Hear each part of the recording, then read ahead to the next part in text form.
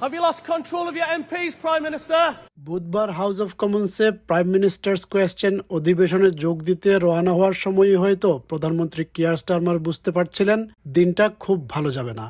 নিজ দলের বিদ্রোহী এমপিদের চাপে প্রস্তাবিত বিলে একাধিক পরিবর্তন এনে মঙ্গলবার পার্লামেন্টে ওয়েলফেয়ার রিফর্ম বিল পাশ করতে পারলেও সরকারের লক্ষ্য অর্জিত হয়নি, বরং নড়বড়ে হয়ে গেছে প্রধানমন্ত্রী ও চ্যান্সেলরের অবস্থান।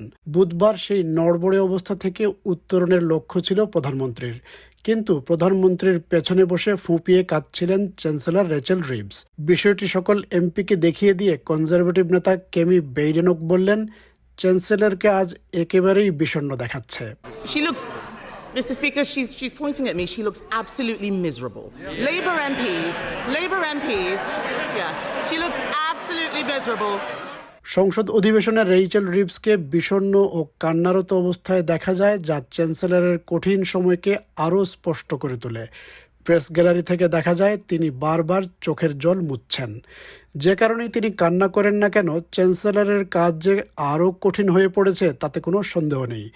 কনজারভেটিভ নেতা কেমি বেইডেনক প্রশ্ন তোলেন, চ্যান্সেলরের দিন কি শেষ হয়ে এসেছে?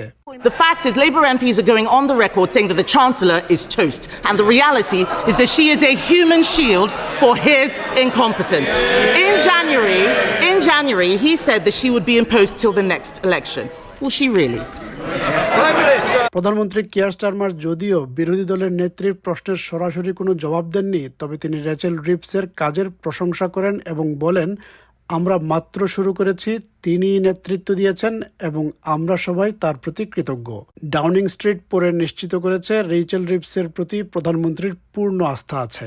And putting more money in the pockets of working people, particularly the 3 million who are the lowest paid through the national minimum wage. A promise made and a promise delivered.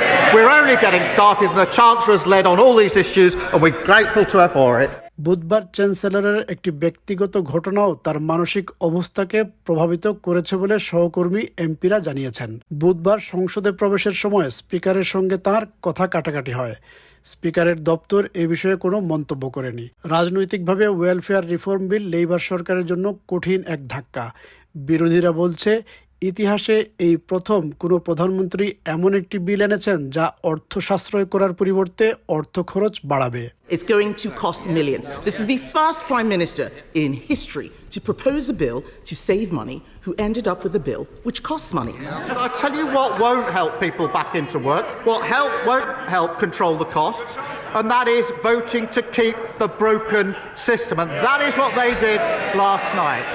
সরকারের welfare reform পরিকল্পনায় বড় ধরনের ইউটার্নের ফলে প্রায় 5 billion পাউন্ডের ঘাটতি তৈরি হয়েছে। ওয়েলফেয়ার রিফর্ম থেকে সরে আসায় যেখানে 5 বিলিয়ন পাউন্ড সাশ্রয় হতো, এখন সেটি শূন্যে নেমে এসেছে। অর্থাৎ আগামী বাজেটে সেই অর্থ কোথা থেকে আসবে তা এখন নতুন করে ভাবতে হবে সরকারকে। এজন্যই রেচেল রিভসের কাজটি আরও কঠিন হয়ে গেল।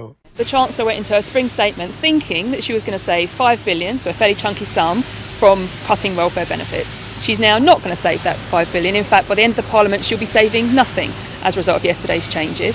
So basically, come the budget, she's going to have to find that 5 billion somewhere else. যারা নির্বাচিত হয়ে জনসেবা করতে আসেন তারা জানেন, জনসেবার এই পেশার সঙ্গে কঠিন প্রশ্ন, সমালোচনা ও উত্তেজনা জড়িত। রেচেল রিভস ও কিয়ার স্টারমার লেবার পার্টিকে পুনরুজ্জীবিত করেছিলেন। এখন সরকারে তারা একসাথে কেন্দ্রীয় ভূমিকায়, কিন্তু যদি তারা দ্রুত আস্থা ও নেতৃত্বের ভাবমূর্তি পুনরুদ্ধার করতে না পারেন, তাহলে প্রশ্ন আরও তীব্র হবে। শুধু রেচেল রিভসকে ঘিরে নয়, বরং দুজনকে ঘিরেই প্রশ্ন জোরদার হবে। Prime Minister, why was the Chancellor visibly upset in the Commons?